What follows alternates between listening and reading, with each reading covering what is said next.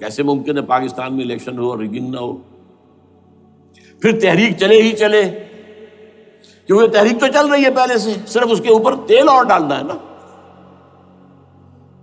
اور پھر بدامنی ہو ہی ہو، اور پھر دونوں طرف گدھ بیٹھے ہوئے ہیں، the NATO forces in the west, Indian forces on the east, they will march into Pakistan. اور پاکستان کے ایٹمی دانت توڑ کر Pakistan will be put at the mercy of India, Bharat. Now do whatever you like. Condoleezza Rice کا میں آپ کو بیان سنا چکا ہوں. پاکستان کے مستقبل کا فیصلہ امریکہ اور بھارت بھی کرتا. بہرحال اب تیسری جو امید ہوئی ہے، یہ کل پرسوں میں جو ہوئی ہے، کولیشن جو ہے یہ ناکام ہوتی نظر آ رہی تھی، لیکن یہ کہ صدر کے مواخذے پر یا صدر کے خلاف جو ایک کارروائی ہو رہی ہے، اللہ کرے کہ وہ پوری ہو جائے، یا اس سے بھی بہتر ہے کہ وہ خود ہی استعفیٰ دے کر دفع ہو جائے. بہرحال یہ کہ اس سے بھی کچھ امید کا پہلو جو ہے پیدا ہوتا ہے. اب یہاں اسلامائزیشن کا پرامن، تدریجی اور اسلام اور دستوری اور قانونی طریقہ کیا ہے؟ وہ طریقہ کیا ہے؟ 1949 اور 50 میں جو عمل شروع ہوا تھا، جو اس کے بعد سے آج تک جو ہے ختم ہو گیا، اس کو اثر دور شروع کیا جائے. دوڑ پیچھے کی طرف اے گردش ایام کی. 49 میں کیا ہوا تھا؟ قرارداد مقاصد. وہ گویا کہ پاکستان میں نظام خلافت کی جڑ تھی جو رکھ دی گئی تھی کہ sovereignty belongs to Allah and whatever authority we have, it's a sacred امانت. یہ تو اصل میں استعمال کی جائے گی یہ قوت کتاب و سنت کے دائرے کے اندر. this is خلافہ. in essence it is خلافہ. خلافت کی بنیاد رکھ دی گئی. اس سے پہلے 48 میں سن 47 کی ایک تقریر کی وجہ سے جو غلط فہمی پیدا ہوئی تھی قائد اعظم کی 11 اگست کی، اس کا انہوں نے کراچی کی ہائی کورٹ بار ایسوسیشن میں جا کے کہہ دیا تھا. کچھ لوگ شرارت کے ساتھ یہ پروپیگنڈا کر رہے ہیں کہ پاکستان میں دستور شریعت پر مبنی نہیں ہوگا، یہ فتنہ ہے، غلط کہہ رہے ہیں. نفی کر دی تھی. اب یہ دوسری بات ہے کہ اندھوں کے اندھے جو ہیں وہ اس 11 اگست کی تقریر کو لیے پھرتے ہیں، اس کے ایک جملے کو، اور یہ اتنی کھلی بات جو کی شریعت کا لفظ. شریعت، پاکستان کا دستور جو سمجھتا ہے کہ شریعت پر نہیں مبنی ہوگا وہ غلط کہتا ہے، وہ شریر ہے، شرارت پیدا کر رہا. یہ قائد اعظم کے الفاظ. بہرحال اس کے بعد ایک عمل کیا ہوا تھا سن 50 میں، یہاں کے سیکولر عناصر نے ایک بڑا شور مچایا، کس کا اسلام لاؤ گے؟ شیعہ کا، سنی کا، دیوبندی کا، بریلوی کا، وہابی کا، کس کا اسلام؟ اللہ تعالیٰ غریق رحمت کرے ان بزرگوں کو.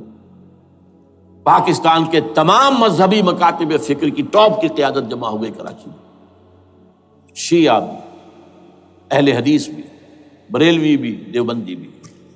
31 علماء، جماعت اسلامی بھی، مولانا مودودی بھی اس میں تھے. انہوں نے 22 پرنسپلز ایگریڈ اپون، دستور بنانے کے لیے یہ 22 پرنسپلز ہیں، حاضر ہیں، بناؤ دستور. اب کوئی دلیل نہیں رہی، کوئی عذر نہیں رہا. تمام مکاتب فکر کے لوگ جمع. بعد میں ہوا کیا ہے، اس میں کس کا کتنا رول ہے، یہ بڑی درد بھری داستان ہے، میں اس وقت کو چھیڑنا نہیں چاہتا.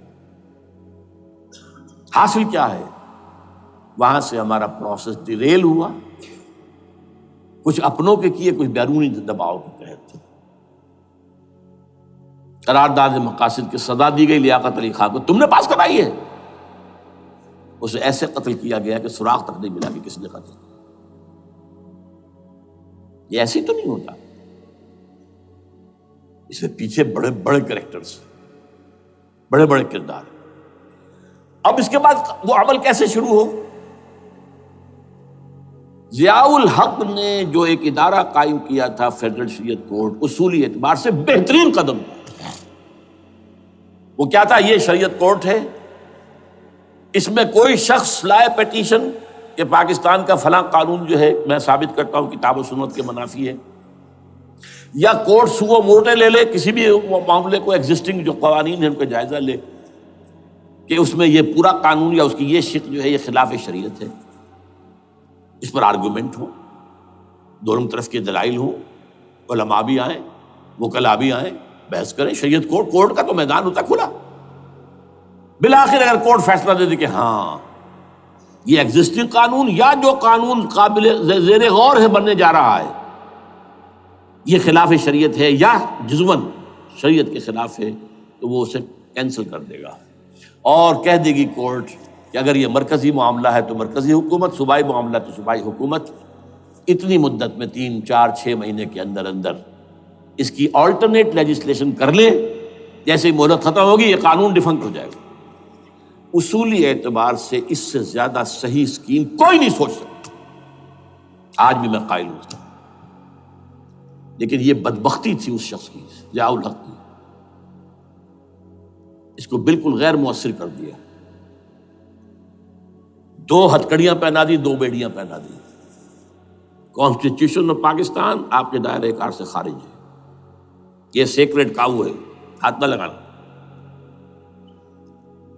جو جوڈیشل پروسیجرل لاز ہیں، ضابطۂ دیوانی، ضابطۂ فوجداری، یہ بھی تمہارے دائرے سے خارج ہے۔ مالی معاملات 10 سال تک خارج، اور فیملی لاز مستقل خارج۔ انا للہ و انا الیہ راجعون۔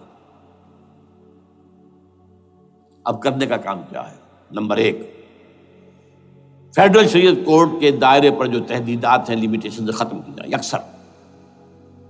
نمبر 2، اس کا سٹیٹس کم سے کم ہائی کورٹ کے درجے کا ہونا چاہیے۔ نمبر 3، اس میں جید علماء کو لا کر بٹھایا جائے، ان کی میجورٹی ہونی چاہیے، وکلاء بھی ہوں، جدید تعلیم کے، جدید قانون کے جاننے والے، لیکن علماء بھی ہوں۔ اگر آپ جید علماء کو لے آئیں گے تو پھر وہ جو عام مولوی ہے بیچارہ، وہ جو پوری طرح نیم خواندہ ہے یا نیم تعلیم یافتہ ہے، یا ہمارا عام آدمی ہے جو طالبان کے انداز کے اندر وہ شدت پسندی پر آ گیا ہے، اسے یہ اندازہ نہیں ہے کہ دین میں اہمیت کس شے کی اول ہے، پھر دوسری کون سی، سالویں شے کون سی ہے۔ اب اس کے بجائے علماء، جدید علماء، تمام جو ہے مسالک کے علماء اس میں شامل کیے جائیں۔ اس کے فیصلوں پر نظر ثانی کا کھلا موقع ہونا چاہیے، ایک دفعہ عدالت فیصلہ کر دے، نظر ثانی کا موقع ہونا چاہیے، اور کسی شہری کی طرف سے پیٹیشن آئے یا سو موٹو، وہ جائزہ لے اور ایک ایک کر کے قوانین جو ہے غلط ختم، ان کی جگہ پر لیجسلیشن پارلیمنٹ ہی کرے گی یا صوبائی اسمبلی کرے گی۔ کورٹ کا کام لیجسلیشن نہیں ہے، وہ یہ کہہ سکتا ہے کہ یہ بھائی یہ معاملہ جو ہے شریعت سے تجاوز کر گیا ہے، یا فلاں جو قانون تم بنانے چلے اس کی یہ جو ہے شریعت کے خلاف ہے، بس فیصلہ یہ دے گی۔ ظاہر بات ہے لیجسلیشن اس کا کام نہیں، لیجسلیشن جو کرے گی آپ کی نیشنل اسمبلی کرے گی، آپ کی صوبائی اسمبلی کرے گی، لیکن وہ اس کا متبادل قانون لے آئیں اور پہلا قانون ختم ہو جائے گا۔ اچھا، اس عرصے کے دوران جو کونسل آف اسلامک آئیڈیالوجی پر ارب روپیہ خرچ ہوا ہے، اس کی رپورٹوں کے انبار لگ گئے ہیں، کسی ایک سفارش کو بھی آج تک پارلیمنٹ میں پیش نہیں کیا گیا، اور اس میں جید علماء رہے ہیں اور تمام مکاتب فکر کے علماء رہے ہیں۔